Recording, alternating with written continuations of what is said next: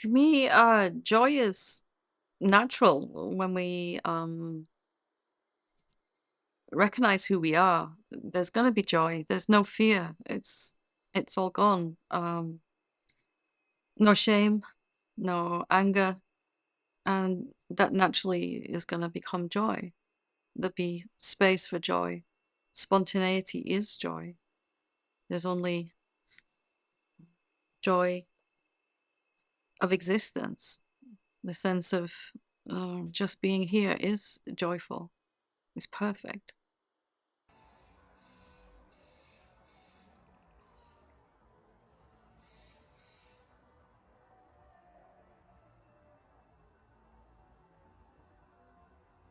My whole life was resistance before awakening, only fear, anger, a lot of shame, and terrified of being myself with this idea that I'm not good enough, not um, nice enough. There's something wrong inside all the time, this feeling there's something wrong, and that someone at any minute is going to find out I'm not good enough and reject me, and I would be alone.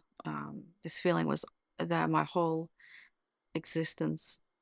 Um, I had very few friends that I could be close to because I just couldn't trust myself or anyone else really, and it was fear and loneliness and despair.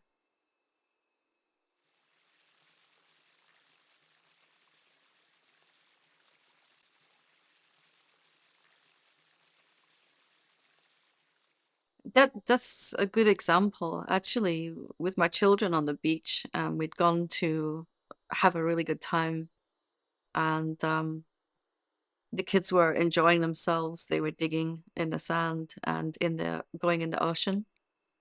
And I wanted to go in the ocean, but I felt like I should be here with the books.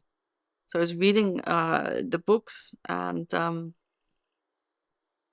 I was wanting to be over here, but feeling like I should be over here the whole time, reading the books.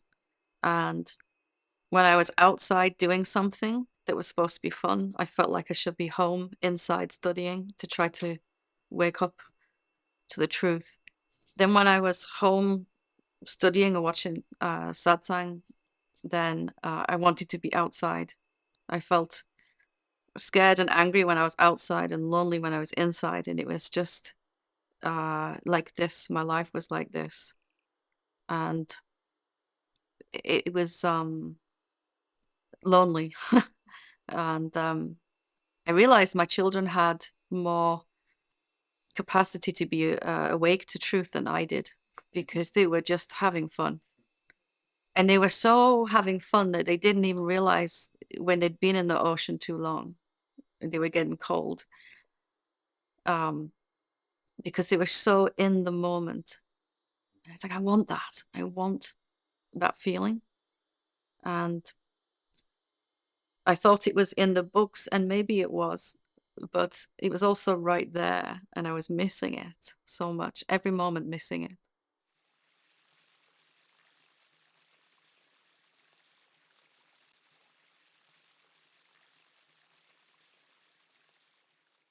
I think I had this knowing somewhere inside that if I went inside enough, it would somehow turn around.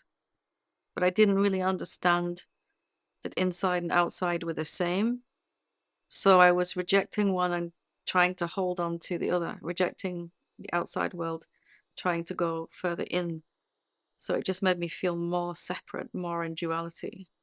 It was really like being stuck in a loop all the time.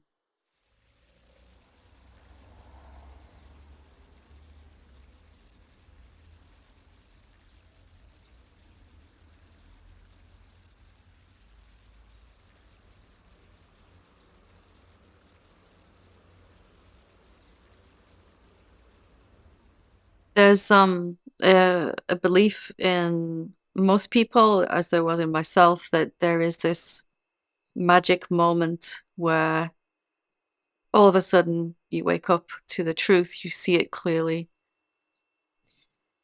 But that isn't always the case. In fact, hardly ever. And usually, for most people, it's a lot of little moments, moment, of seeing.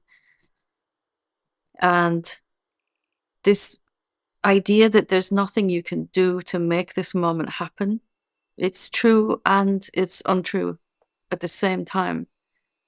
There's a feeling you can't make gravity make this fruit drop when it's ripe, but you can make the fruit heavier. You can make it riper and make it more ready to drop, which is what we do with our practice, our spiritual practice. It's only to ripen the fruit. And gradually that gets more and more powerful as we move towards this. There's a subtle shift where um, you can no longer go back to seeking, but because you're so deeply invested in discovering who you really are rather than trying to move towards some future moment, you don't actually notice when the fruit drops. You think you would notice, but most people, and myself, you're on the ground, the fruit's on the ground, and you're like, what happened? Somehow, and now I can't suffer.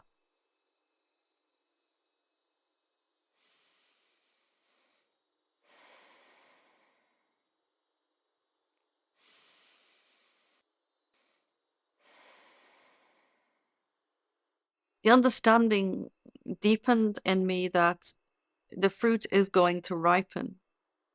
There's nothing you can do to stop it. It's going to fall off the tree.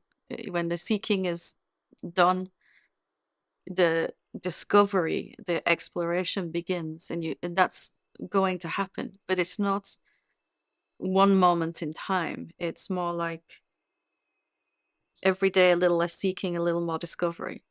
And then somehow, some way, sometime you try to seek and there's nothing there that will want to move forward to some future time. And you don't know how that happened, except to say maybe you had ripened the fruit enough with your practice. But as it's understood that that's a spontaneous thing that's happening by itself, the ripening speeds up because you realize you can't do it wrong. You don't have to get it right either.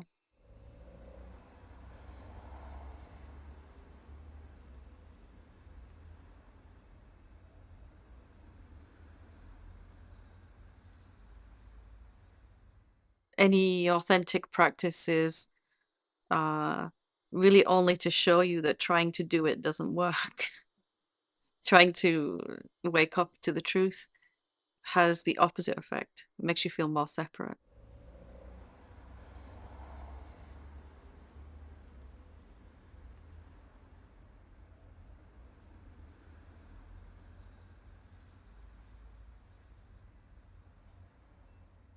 Naturally, um, it became clear for me that it wasn't the actual practice that was doing the work. It was the intention behind the practice. So why am I sitting for meditation today? I'm going to sit down, meditate for 20 minutes because I should and I'm supposed to. And this is going to get me to awakening. And you could do that for many, many, many years and never feel any kind of shift inside, any opening or relaxation. And instead, there was this intention that developed. Like, I don't know why I'm meditating, or I just want to sit and meditate for no particular reason. That this is what I like to do at this time of the day. And there was a softening, an opening that happened with that, which is the ripening. But then you're not trying to make it happen. It's just enjoyable. Like in the morning, I have a cup of tea, I meditate. This is what I like to do. And it's a natural thing. It's spontaneous. The intention, the reason why we're doing it is 99% of the process, really. Intention starts, I need to do this. I need to sit and meditate. And then that burns off in the practice, and more there's just, I just want to. I just want to do this.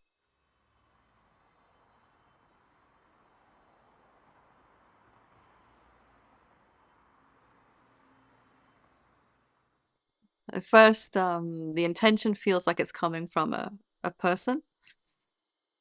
I really want to wake up to the truth. I have to get there.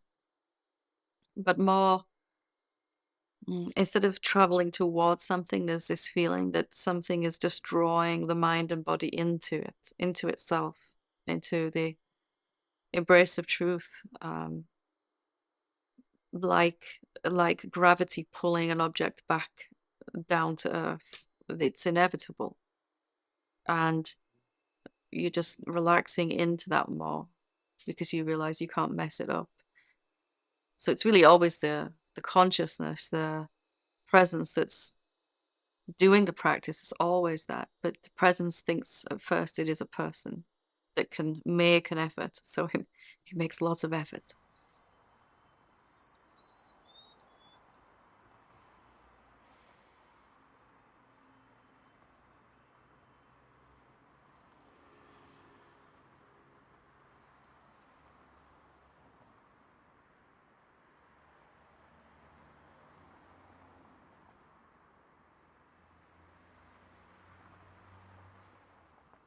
Gravity like grace. The fruit's gonna fall. There's no way it won't. And when you relax into that, it's much more likely to fall.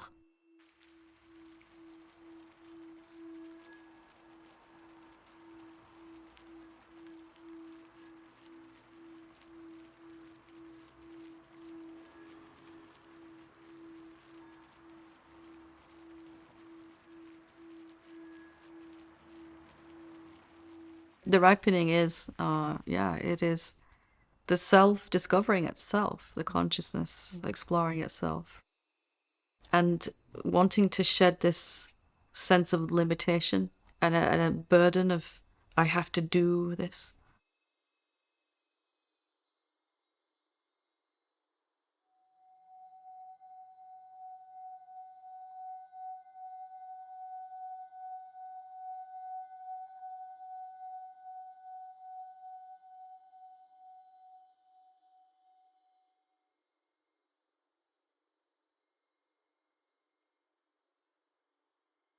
Yeah, at the beginning of the journey, we have this deep conviction that we are the doer of actions, the decider of decisions, the chooser of choices. And that has to burn itself out, meaning we have to seem to do lots and lots of things and try really, really hard. Um, for me, I was doing lots of meditation. There was a time when I was meditating for 6 or 7 hours a day because I thought I would get there 6 times as fast to the truth. But actually, it was going backwards because I was trying too hard. And it became clearer that the intention was the thing that was really uh, shifting something inside. It was more shifting of energies rather than action, as if I had to become receptive and open. And the doingness was seen more to be a feeling, a sensation, that there wasn't actually an entity, a separate person doing anything, but that the consciousness felt like it was doing something. Uh, the body would sit down to meditate, and the ego said, I'm meditating. But none of that was actually going on. It was softening and softening into this realization that the doer of actions is just a sensation, a feeling only. And then it wasn't a problem anymore. There might always be a sense that I'm doing something, a sense only, but it's not, you can't believe in it then. It's just it's like an itch. It's just a sensation. Nothing, no trouble.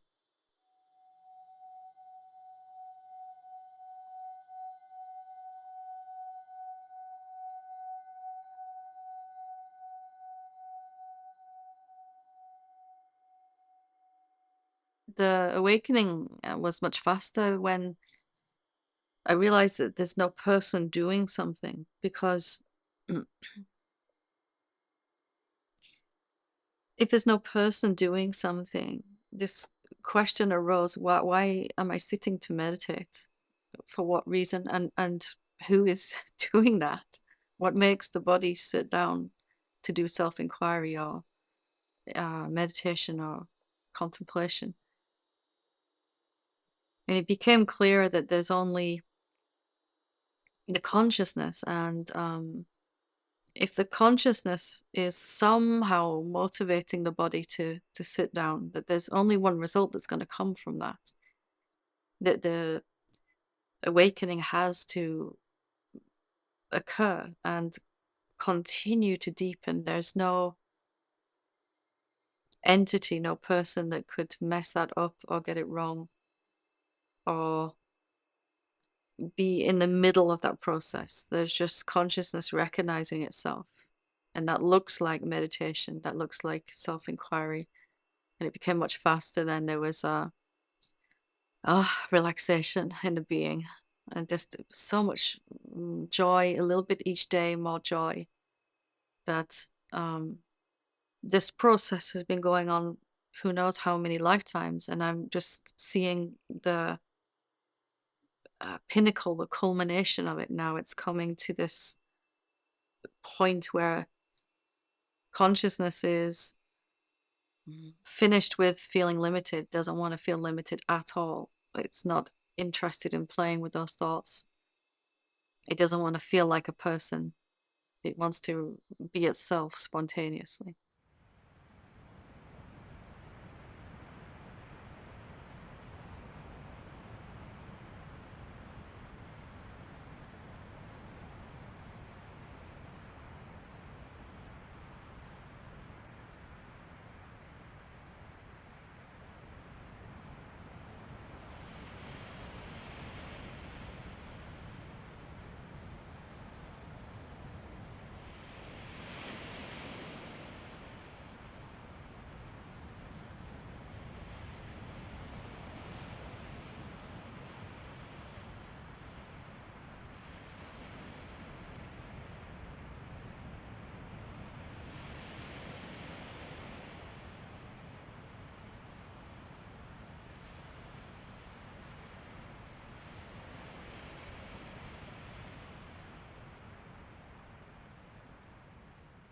Self-inquiry for me, it changed everything, because I didn't realize I was holding on to a sense of a separation, a sense of a person. When I was meditating, there was a real feeling I'm meditating, me, the person. But I didn't realize that until I would get up from the meditation seat and go into my day, and there would be much less pleasant feelings, very unpleasant emotions. Self-inquiry really got me to see that there's many subtle ways to hide the person. The doer hides in many subtle ways. And only by destroying that, meaning wanting to see where I'm still sustaining a sense of being a person, can I become free of it. And there's something really powerful about seeing I am already looking from where I'm trying to get to, all my efforts to get to something. I realize I've always felt like I was the fruit that was trying to drop on the ground. But then it became clearer, I'm the fruit, I'm the gravity, I'm the tree, and I'm the ground as well. So it doesn't matter really when it falls. It's just the tree's not bothered at all. It's not trying to rush the fruit. You must drop, hurry, you know?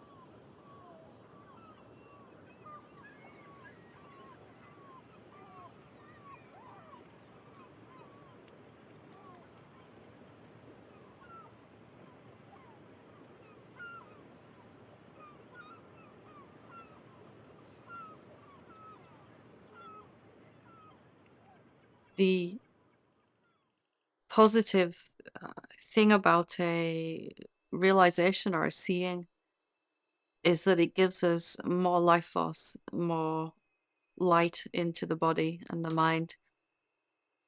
But the negative thing is desire is increased to realize who we are. But still, usually that desire is being conditioned by the sense of someone doing something.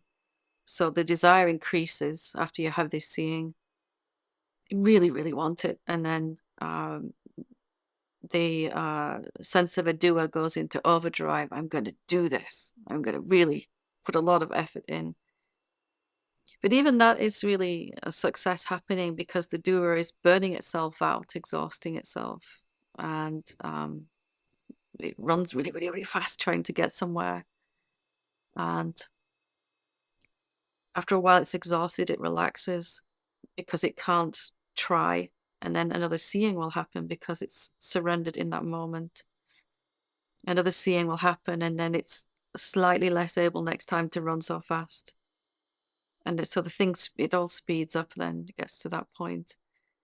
Mostly, we don't understand that process though, so we fight it. We want the seeings and we don't want the frustrating doing.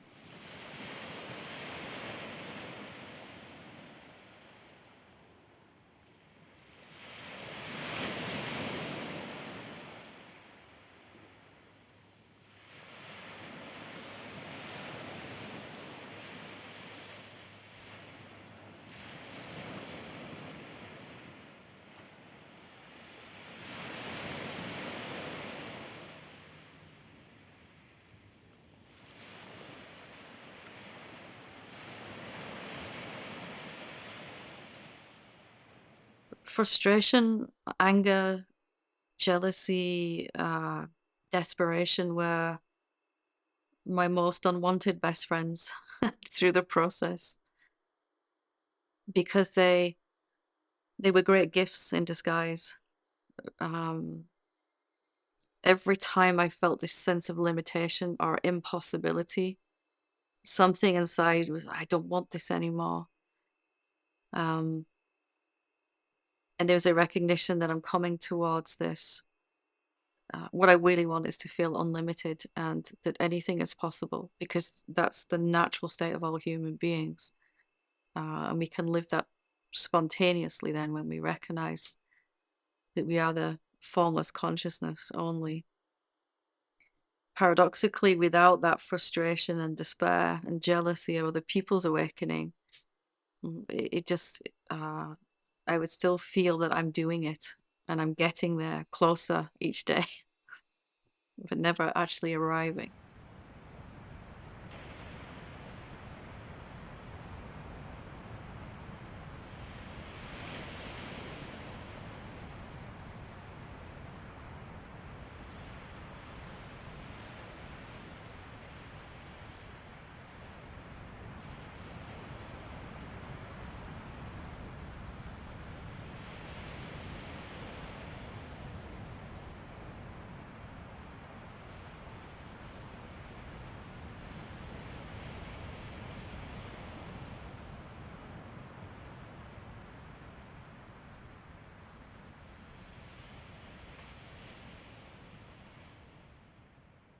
Sometimes when we're expressing something, there's two reasons.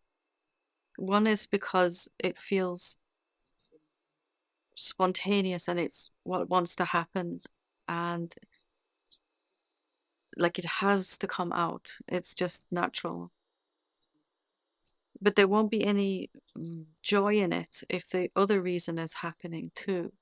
That second reason is that I'm also doing it to make myself feel better, feel more worthy, feel more loved.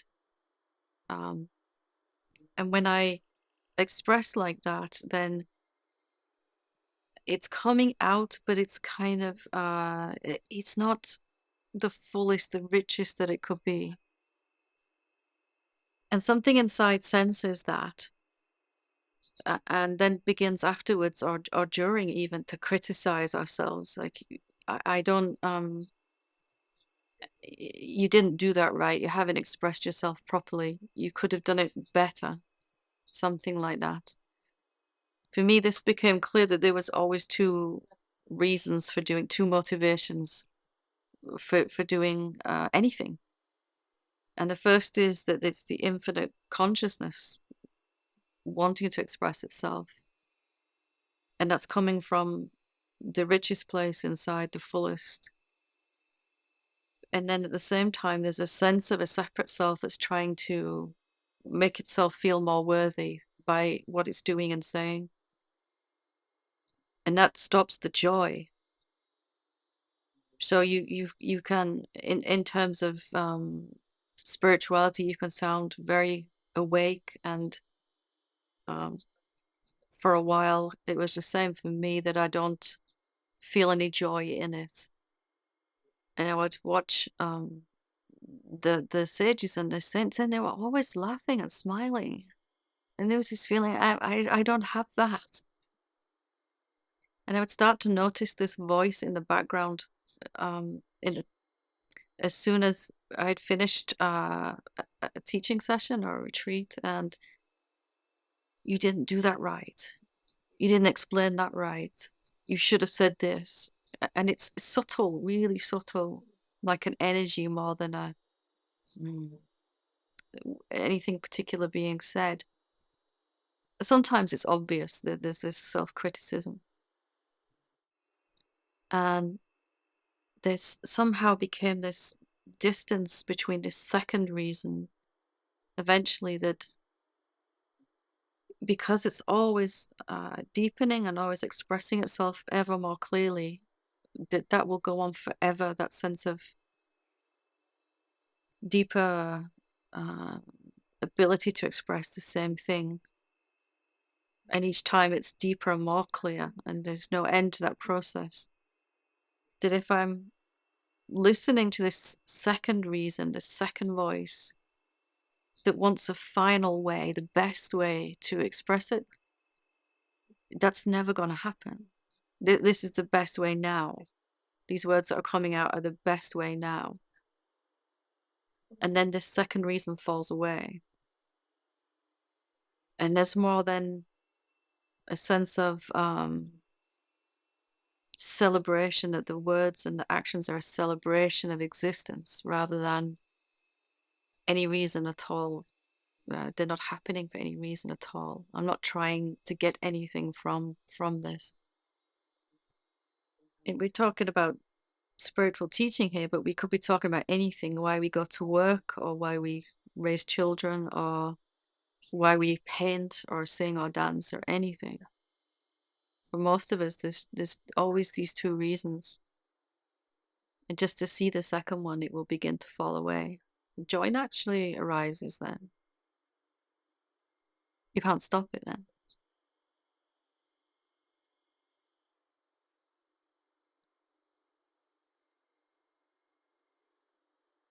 Maybe we never reach a place where we feel that we've perfected this completely, whatever it is that the body is doing. But maybe it's not a sense of moving from imperfect to perfect, but more perfect to even more perfect to even more perfect. And the recognition deepens that that can go on forever. Perfect right now, and in the next moment, an even more perfect way to express it. Took me a long time to realize.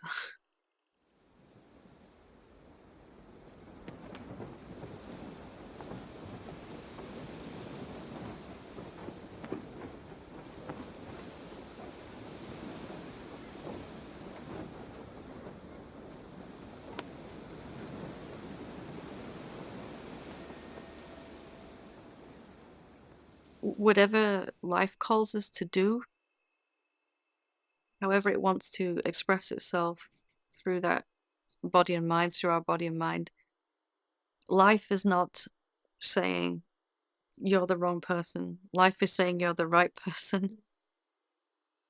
Eventually, we realize actually maybe that's true. Um, for me, there was a recognition that maybe I'll never feel 100% comfortable. Um, maybe that's just me, and that's okay. Meaning, if I expect myself to turn up to some teaching or some event and never to feel nervous again, or to walk out of every event feeling like I did that perfectly all the time, it's impossible. But that voice becomes more like constructive criticism rather than judgment. Maybe you could have slowed down a little bit, or maybe you could have just repeated this, or some way rather than you did that totally wrong. And it's even maybe a good thing that something is watching and trying to refine and trying to clarify even more. And again, we're talking here about spiritual teaching, but it could be anything at all, whatever we're doing. I had to learn to embrace that and realize it actually needed to be there. And when I embraced it, it stopped being my harshest critic and became my best helper.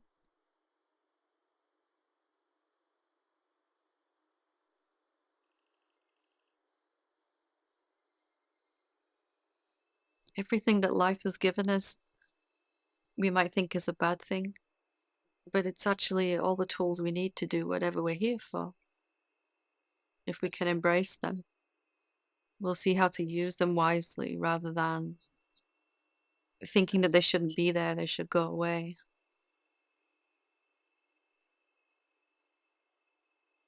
Perhaps we've even developed skills that we brought into this physical incarnation over many, many incarnations.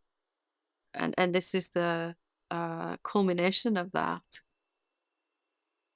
And usually we judge ourselves because we are not finding where to apply those skills as yet. Like in my own journey, I would find myself being too direct all the time because something I wanted to express. My parents and my children and my siblings didn't want that directness, and it would get me into so much trouble. And they would say, "You're too harsh and too blunt," and so I felt like held it all inside. But as it became clearer how life wanted to express itself this way, it's like, oh, I need that. That needs to be there. It needs to, everything that I don't like about myself is actually seen to be necessary and helpful, actually. It's just self-love emerging, really.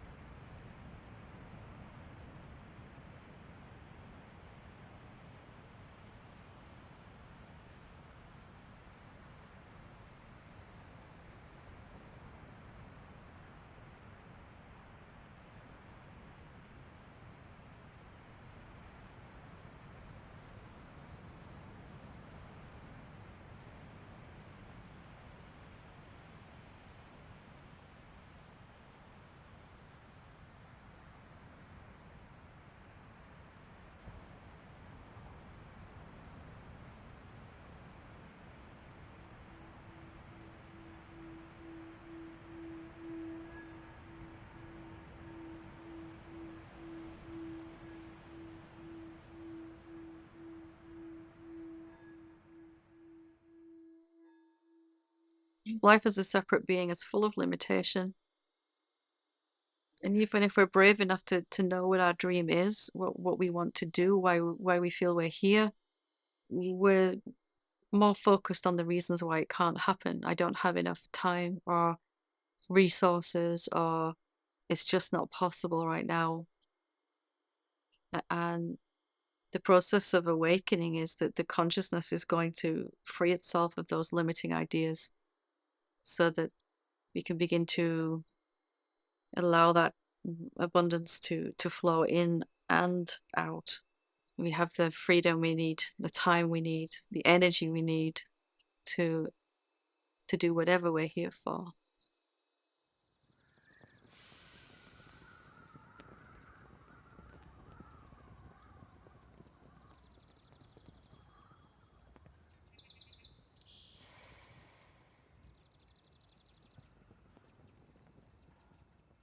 You know the story, right? When he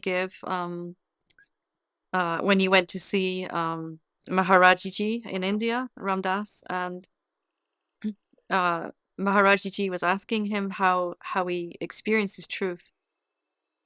And he said, I take this LSD tablets, and Maharaji said, give them to me.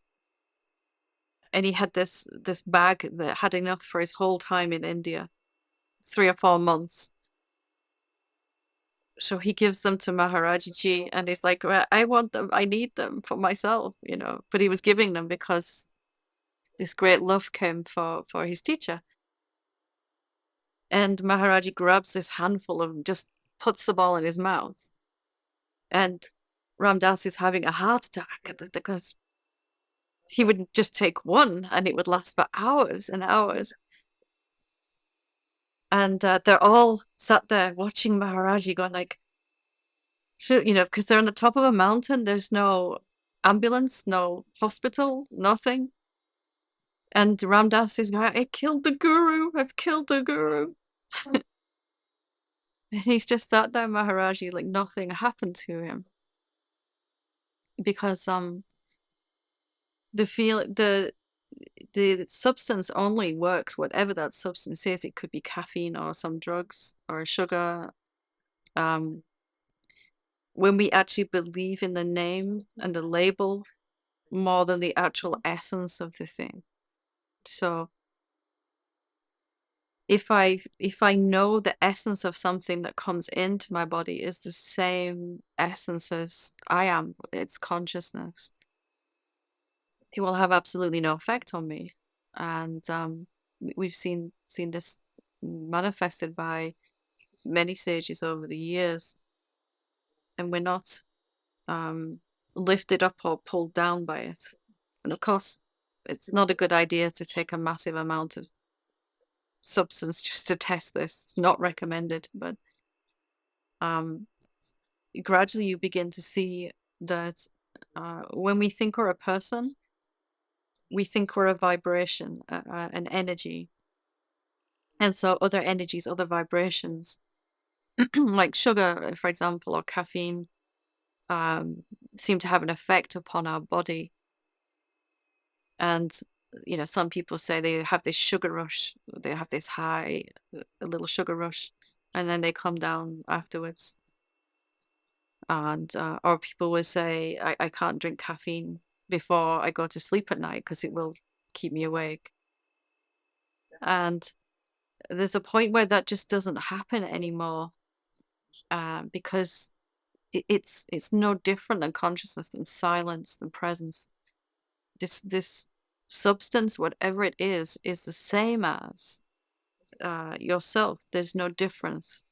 It's another appearance of yourself. And so it loses its capacity to influence you. And it is almost neutralize is not quite the right word, but it just has no effect upon you. Well, we think we're a person, it'll have every effect. But as that sense of separation falls away, there's less and less ability. Of course, it doesn't mean that we feed our body all kinds of bad stuff just because it has no effect.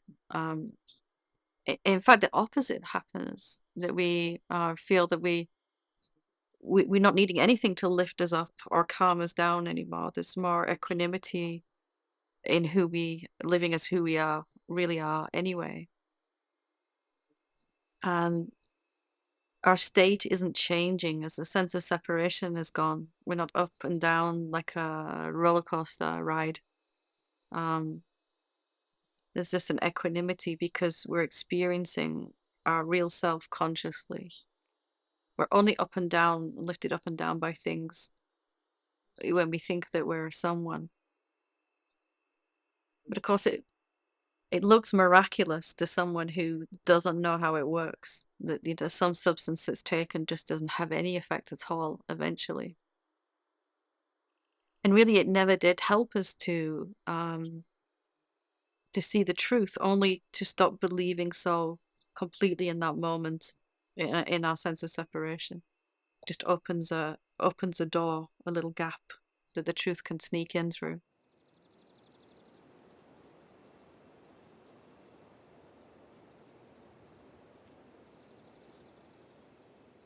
It's a huge burden to feel we have to make the right choice and use the free will that we think we have to the best extent, that if I'm not using, I feel like I have free will as a person and that I have to make the right choice. And it's a heavy burden. Um, but also at the same time, there's something that wants to hold on to that sense of free will. I get to choose. I want to make my life go the way that I want it to. And is it for a lot of people, there's this opposing motion. I don't want this free will. I want to realize who I am, but I also want this free will to realize who I am. It was the same for me. And when someone would ask a teacher and I was listening, is there this choice? Do I have any choice actually? And they would explain some answer. There was this sense of excitement, but also real deep frustration at the same time.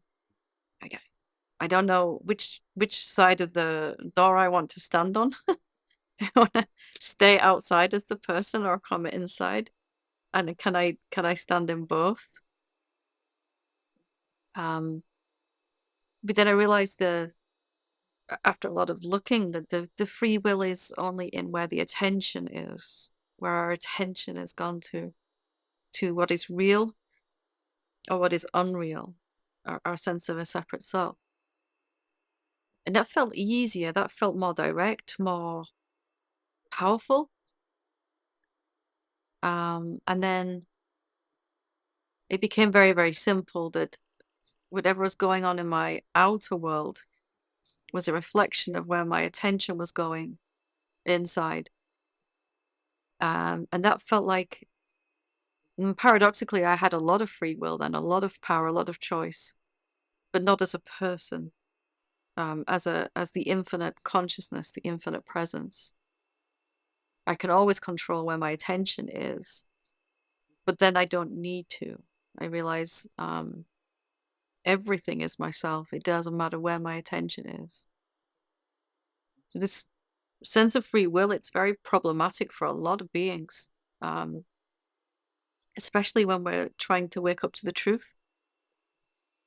Because we somehow, I feel intuitively know that we have to choose something, but maybe not the choice that we think, maybe not the choice of what to do, but where to bring attention becomes more important. And the body's just more and more doing whatever it's doing from as a result of where the attention has rested. If it's rested in what is real, the consciousness, the silence, then the actions are going to be in alignment with that and move us deeper into truth. But it's not clear really. There's still some sense of individuality and free will. But a lot of beings get very confused about this. It's a very common area where people have a lot of struggle.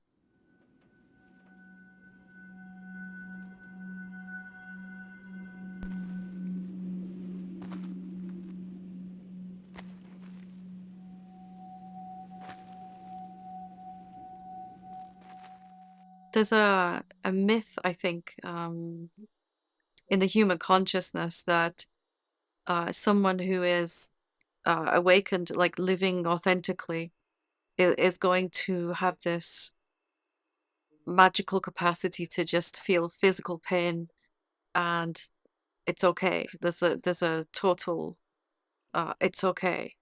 Some feeling like that. And it's not true, it's pain, physical pain hurts everyone, no matter what they've realized to be true, or how much they're lost in illusion, or have seen who they really are. Perhaps someone who has awakened to the truth is able to embrace their utter dislike of the pain. Like, physical pain is relentless, whether it's a aching, throbbing pain or it's a very sharp pain. There's always going to be something inside of us that says no to that. I don't want that.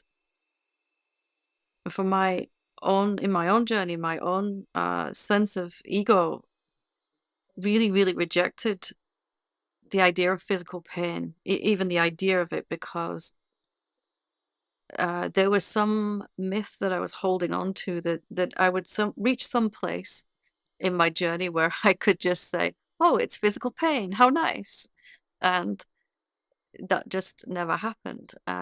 If I was in a lot of pain today, right now, there would be this feeling of I don't want this.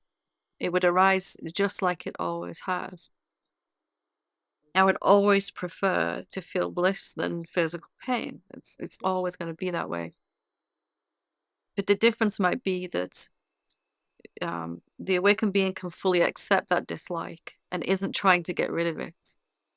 Our ego might have this idea that to awaken to the truth, I have to somehow stop disliking it.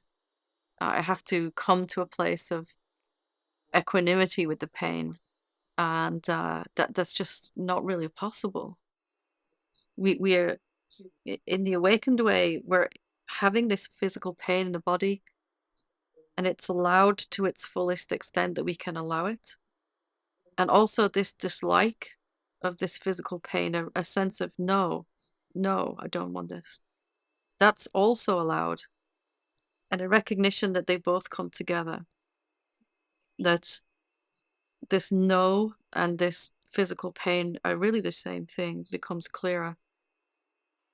Um, it's such a pervading myth, though, in human beings, this idea that somehow I'm going to reach this magical place where it just doesn't affect me.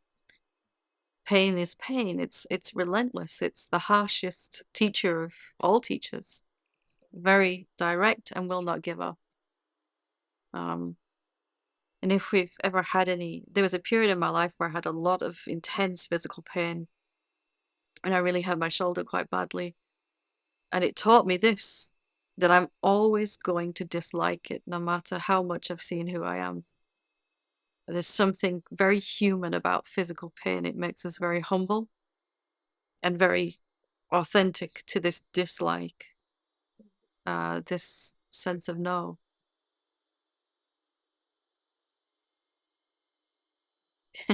There's no magic level of consciousness where suddenly everything is fantastic.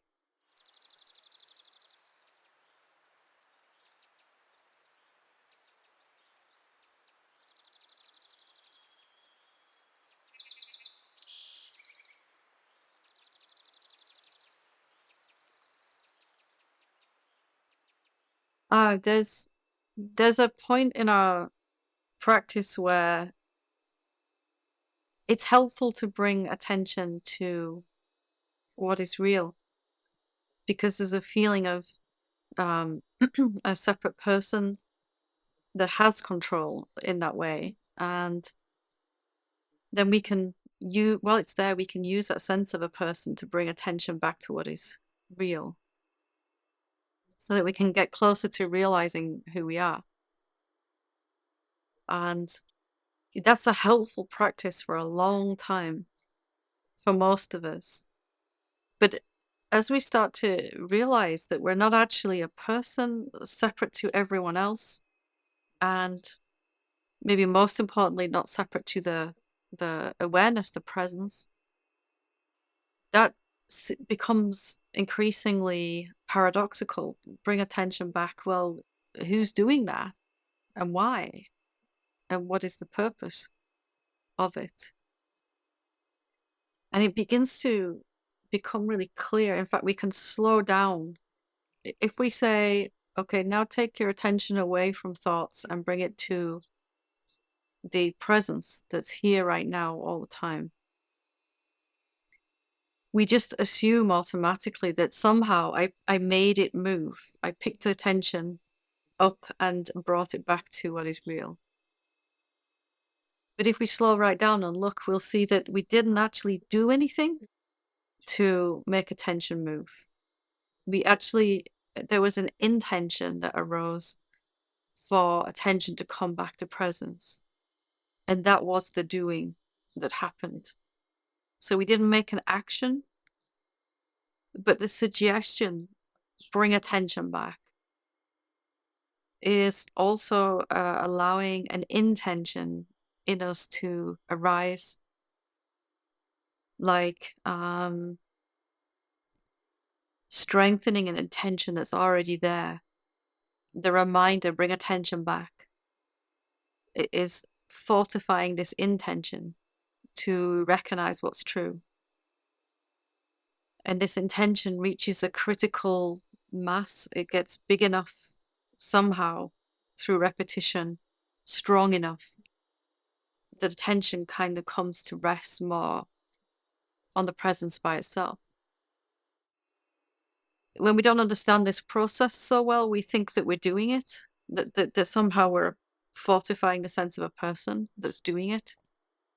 Somehow I made attention move on, and it feels like a doing. But when you realize it's an intention, there's a different energy behind it. It's more like a soft call. Come back here. Come back here. And attention comes on its own more than having to make it move. And eventually, it's just clear that there's nowhere that attention could go that is other than myself anyway. Even if attention is looking at a thought or an emotion, those are really the presence in disguise anyway. So even when attention wanders around, there's no need to even intend anything, because it's all myself, it's all the presence. At that point, paradoxically, attention stops wandering anyway and stays on the formless aspect of presence rather than how it's appearing in manifestation. And there's a sense of having achieved the goal, which is to bring all attention to stay here on the presence, the formless presence. But it's not really true. It's just attention has stopped wandering to phenomena because we realize it's all the presence. Where would attention wander when you know that everything is presence? Why does it need to wander? Attention wanders around to all these interesting objects it thinks are important, like thoughts, emotions, other people, bodies, but as you realize that they're not so important, or that all phenomena are equally important because they're all the presence, then attention says, I'm just gonna sit down here and relax. I'm too tired, too tired to go running around. Sometimes when that happens, there's a sense of separation that claims ownership. I have achieved. I have achieved awakening, or something like that. But even that becomes much more painful when, for a short time, it can't last very long. It has to be seen that that's just another thought. It's an I thought, which attention has gone to. attention goes there, and we realize very quickly that's also another way I'm showing up. The sense of a person is just another phenomenon arising inside the consciousness, and it isn't given any more special treatment than any other phenomenon then.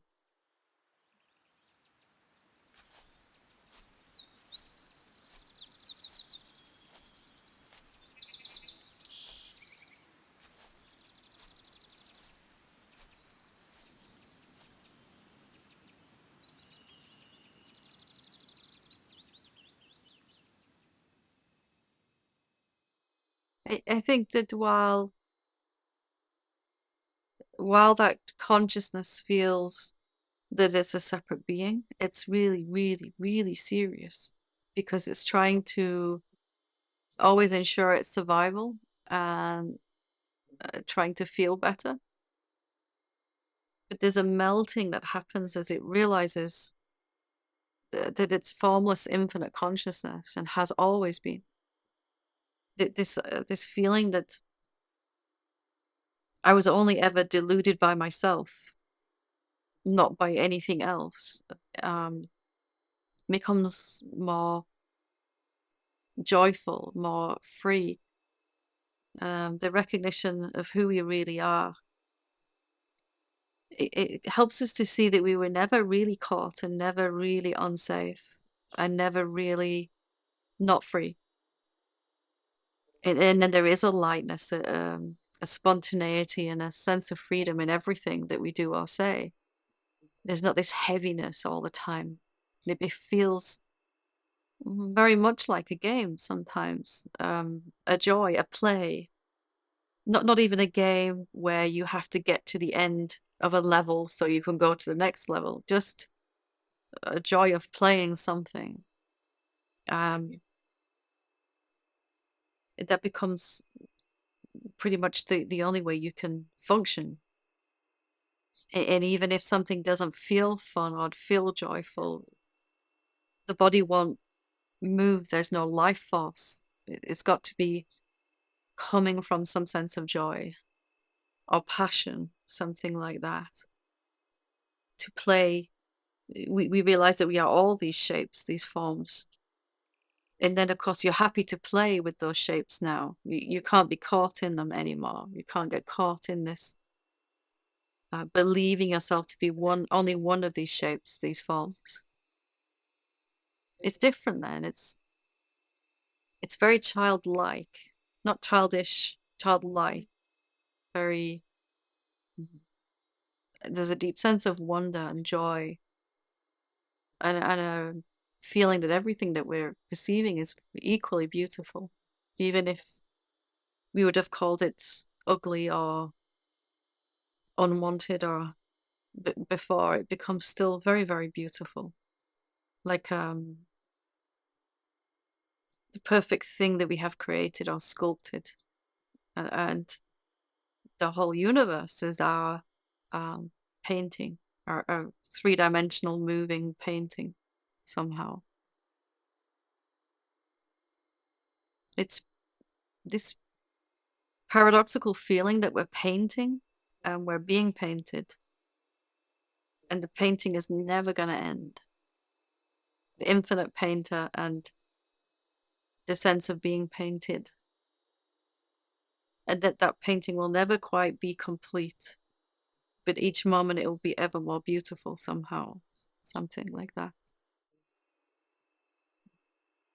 I often think artists who can sculpt or paint or sing or dance, um, uh, photography, making even movies, are trying to capture that essence of the beauty of it somehow, in some way, a little slice of it somehow, and highlighting.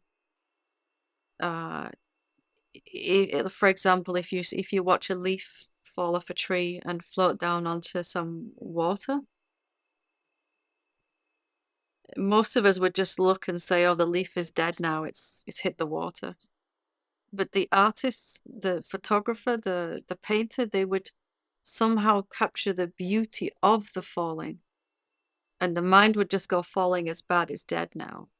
But the artist is somehow capturing the essence or some kind of transformation. The leaf is dead to the mind, but it's a uh perfectly falling leaf. And the ripples that spread when it hits the water will never be the same twice. Even if the same leaf fell an infinite number of times, somehow they would spread differently. And there's a whole rich inner way to perceive reality when you can recognize what it really is like that. There's a dance going on all the time.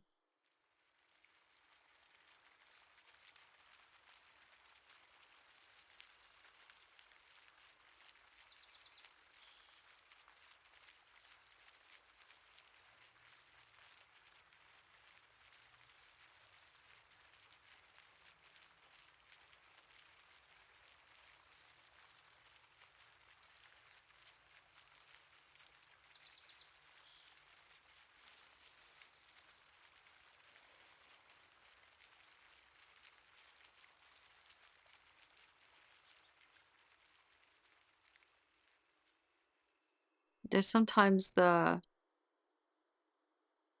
right now as I'm speaking, the sense of the beauty is just overwhelming.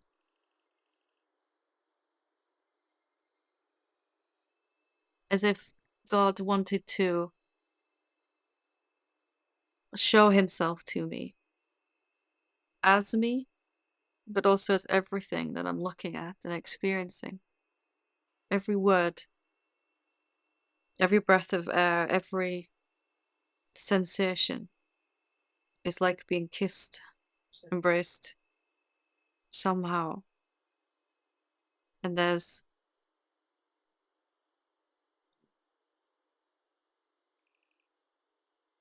this paradox of going from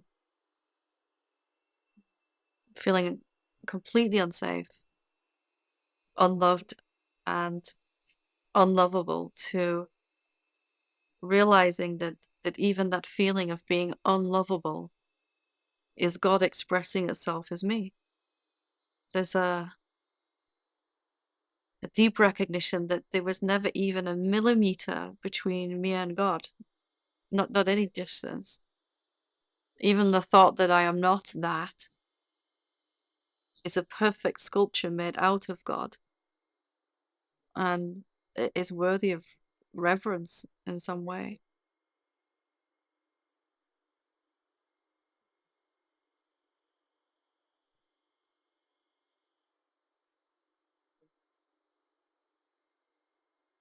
And sometimes that builds into some kind of well, there's usually bliss there, but some kind of ecstasy, as if you were being intimate with the divine somehow, some deep intimacy, some richness. Intimacy is the closest word I can find, but it still suggests two, but one playing as two, maybe.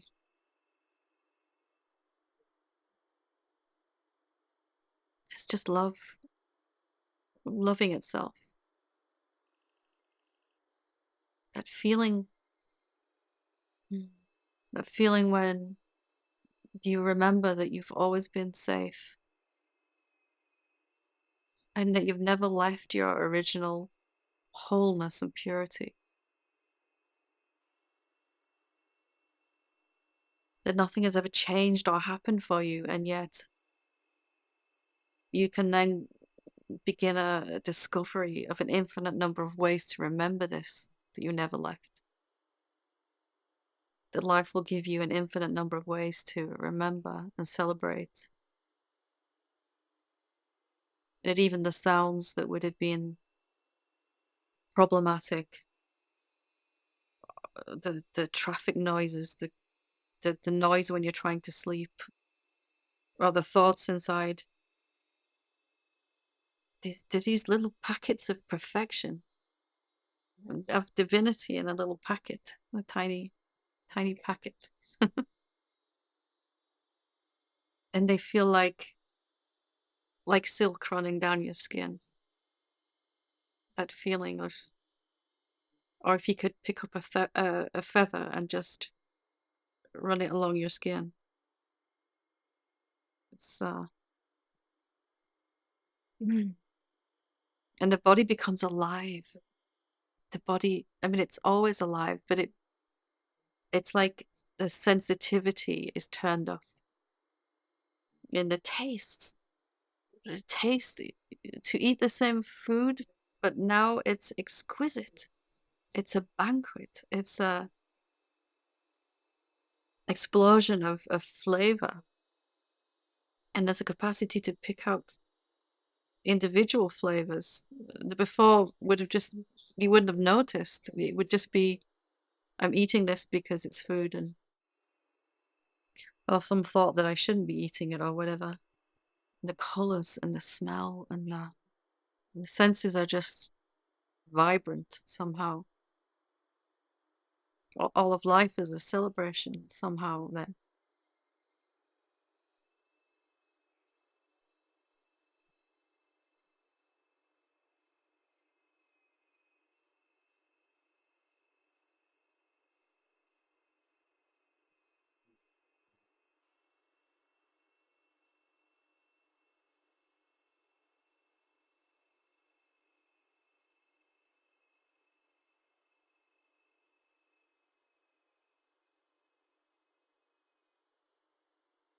Mm.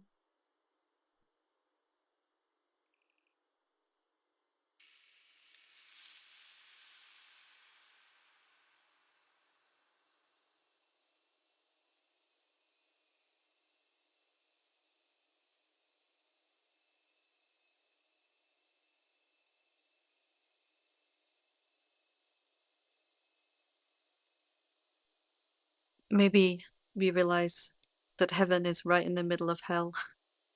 Somehow we realize.